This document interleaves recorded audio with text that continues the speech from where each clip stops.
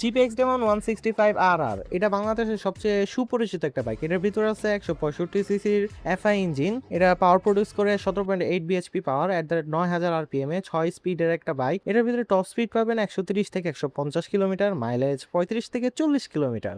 এটাতে সামনে রয়েছে ইউএসডি সাসপেনশন, পিছনে আছে মনোশক, নো এবিএস। এটার ভিতরে কোনো এবিএস নাই, ডুয়াল ডিস্ক। এটার পাঁচটা ভালো দিক হলো অ্যাগ্রেসিভ লুক, পিছনের যেই মানে gear full digital LED setup. আর এটার পাঁচটা খারাপ দিকগুলো এটার ভিতরে এক নম্বর এবিএস নাই। এত ভালো একটা বাইকে এবিএস দেয় নাই, এটা আমার থেকে খারাপ লাগছে। দ্বিতীয়, এটা খুবই হেভি, এটা চালাতে অসুবিধা হবে যারা চিকন চাকন। আর এটার পিলিয়ন সিটটা মানে ব্যাক সিটটা খুবই আনকমফোর্টেবল, আপনি বসলে বুঝবেন। এটার সিট হাইট অনেক, যারা একটু মানে শর্ট আছেন তাদেরকে চালাইতে একটু প্যারা দিবে এই। বাট এই বাইকটা এইভাবে ভালো। এটার প্রাইস রেঞ্জ 3,15,000 থেকে 3,24,000-এ। আপনারা কি এটা নিবেন, নাকি এই প্রাইস রেঞ্জে অন্য আরো ভালো বাইক পাওয়া যায়? কমেন্টে জানাবেন। নেক্সটে কি বাইকের রিভিউ দিব আপনারা বলে যান।